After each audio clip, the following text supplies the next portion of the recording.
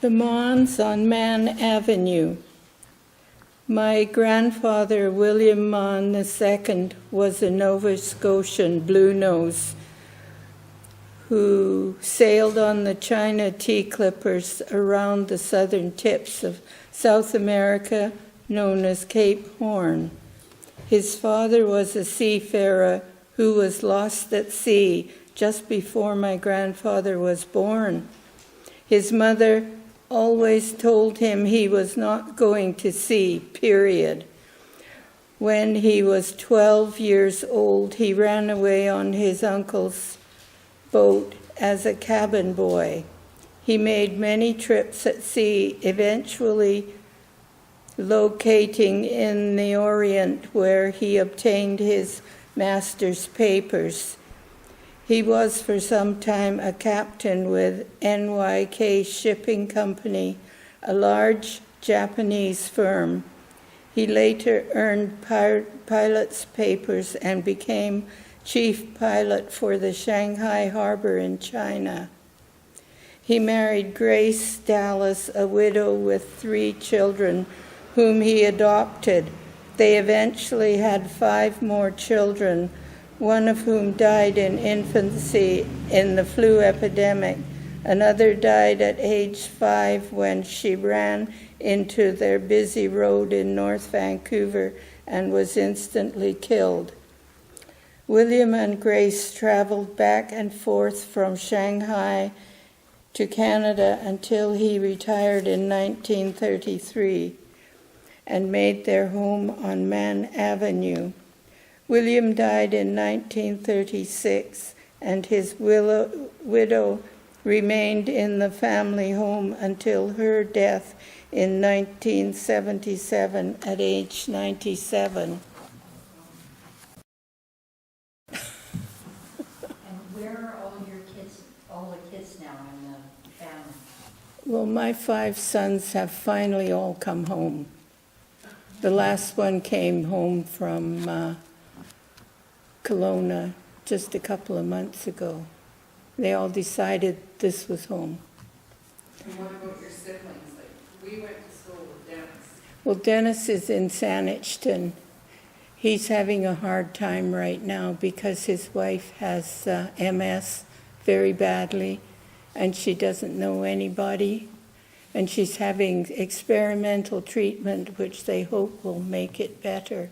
And it seems to be helping a little bit. And then Charlie, my brother, is in Prince George. He goes around when people want to buy houses, and he does I forget what you call it, but he goes over it to see what's wrong and what needs to be done. And he doesn't tell them not to buy it or to buy it. He says, well, this is what is wrong with it, and this is what you can do quite well to fix it. So if you buy it, it's up to you. But he was for many years a carpenter, so he knows what he's doing. And my sister is in Penticton, and she's been widowed for quite a few years, but her daughter, who is a nurse, lives in Penticton. That's Marjorie you're speaking of. And that's Marjorie, yes. She was in the Air Force. Could you expand on your siblings' lives? Oh, my sister she left school at 16 and joined the Air Force and spent 3 years in the Air Force. And then when she came home, she worked at the dockyard. And that's where she met her husband, and they got married. And he was a widower with 2 children, and then they had 2 more of their own, all girls. And my brother Charlie had 5 girls. And we had 5 boys. And my brother Dennis had a girl and a boy and a girl. Was he a Victoria City police officer or a Saanich police officer? He was Victoria City. He spent over 30 years in it, and he retired from there. I was in Marjorie's class, and it seemed to me she talked about being in a concentration camp at one point. Well, we were just kids when we went in. Right. I was 9 years old 2 days after we went in the camp, and we were in there for 2.5 years. And one day we got up, and the guards were all gone. And so the men went around and made sure the gates were all secured, and we waited for the Americans to come in and free us. Right. And they came in with chocolate bars and milk and eggs, and they gave us all that. And what they did was each serviceman took a child, and we all went out to lunch one day with these Army aircraft men. And my parents were quite okay with that. But it was such a treat, to be taken out like that. Where was the concentration camp? In Shanghai, they found an old army camp, and the Japanese condemned it for their horses. They said, well, we won't put our horses in there, but they put us in there. So, What were the circumstances that caused this for you to go in? Why were you, how many of you were there? well, I don't know, but we had, prior to that, had to walk around wearing red armbands because we were considered British. If you were Canadian, you were British under the umbrella. And so they told us we had a year, and then we'd go into this concentration camp. So everybody was buying tinned food and things like that too, so they could supplement some of their income. But there were doctors in there and nurses and dentists, but they could only do so much because they didn't have supplies and they didn't have drugs or anything. So I can remember one night, this lady screamed all night long, and in the morning she was dead.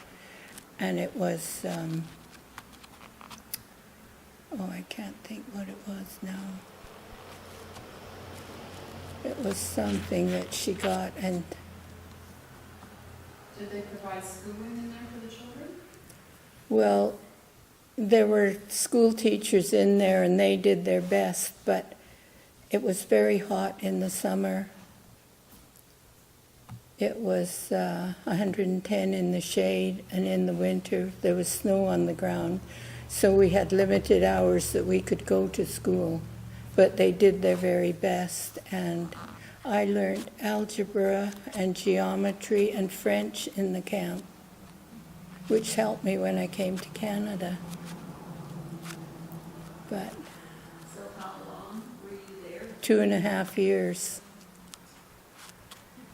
So, and my father would always say, when we get to Canada, you can put a glass under the tap and drink the water, because in Shanghai we had to boil the water and put it in the fridge or the ice box to cool, then we could drink it. And we also, Did the parents live with the children in the camp? pardon? Did the parents live with the children in the camp? Yes, we had 3 rooms. They were just, that place there would be 2 rooms, and we had another one, and that was our extent of what we had to live in. And they would come along at any time of the day or night and call a roll call, and you had to tumble out of bed, and if you, like the men in their hurry, didn't have all their pajama buttons done up, they'd get their ruler and smack them on the face and do anything to try and demean them. And just, the idea was not to fight back, because then you were in real trouble. But they tried all those kinds of things. But they never hurt the children. They liked the children, so that we were safe, really. I remember, I think it was your father coming to the school at Mount Newton, I guess it was, to give a talk. I don't remember that. I remember him, he was kind of swollen, and it was something to do with being in the camp. Oh, no, I don't remember. When you went to camp, did you take any possessions with you, or just? We took what we could. Like my mother could take her silver and things like that. But we couldn't take any furniture. We just had to walk out and leave all her furniture there. So, And did everybody get rescued from that camp? yes. And do you ever get in touch with any of them afterwards? Or? Well, we knew quite a few of them that were in there from living in Shanghai. But it's not the sort of thing you sort of want to get together and reminisce about. No. But I was 9 2 days after we went in, and I feel that I grew up then. Because I always had younger siblings that I had to keep an eye out for and things like that. And you do what you have to do. You know, but it was so nice to come to Canada. Where did you land in Canada? Did you come right to Victoria? Well, my grandmother lived in Victoria, or she lived in Royal Oak. And we came on a U.S.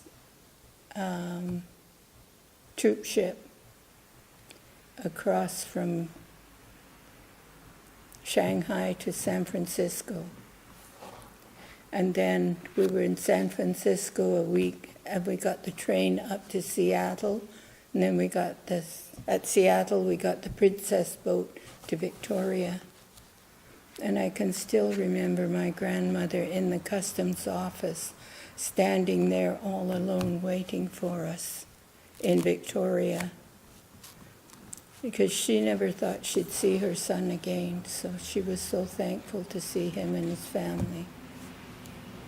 What was your view of Victoria just landing from a child's point of view?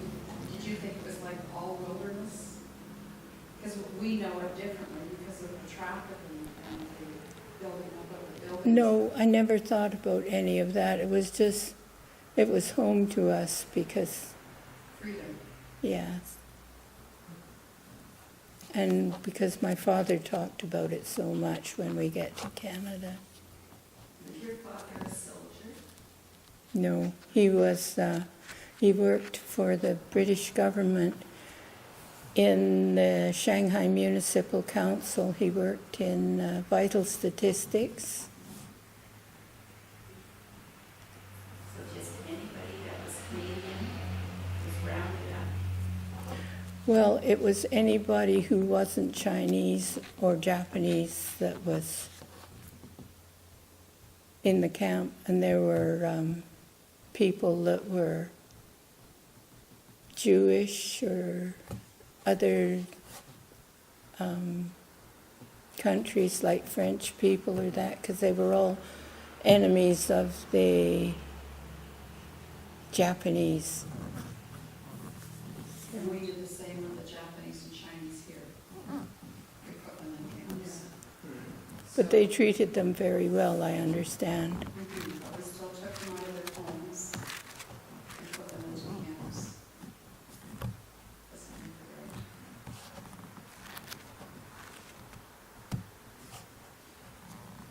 Joy, you and Tom spent many years at Oldfield Orchard. Yes. Would you like to tell us a bit about that life you've had there with your sons growing up? Well, we ran the orchard for several years, and that was quite an experience. And part of that time I went back to work for lawyers. So I had a Did you buy full, it from Mr. Gobelis? pardon? Did you buy the farm from Mr. Gobelis? Yes, Yeah, so you had it many years, didn't you? yeah. And then Derek bought it from us.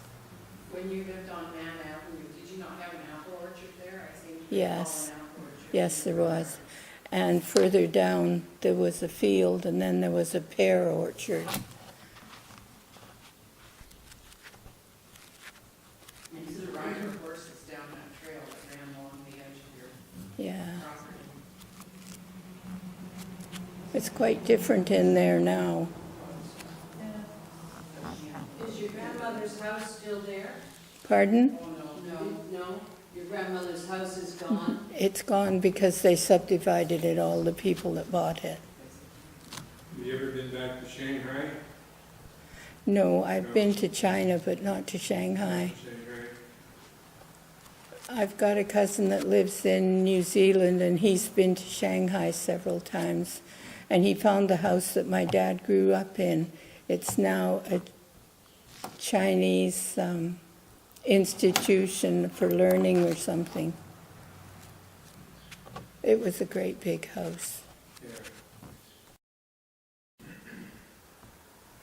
Well, at one time, Shanghai was the third largest city in the world. After London and New York, it was Shanghai.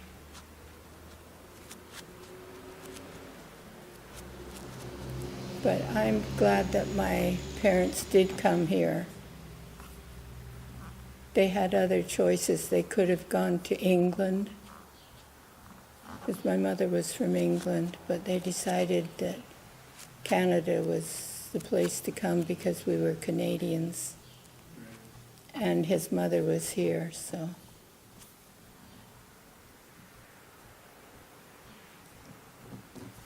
Well, thank you very much for listening.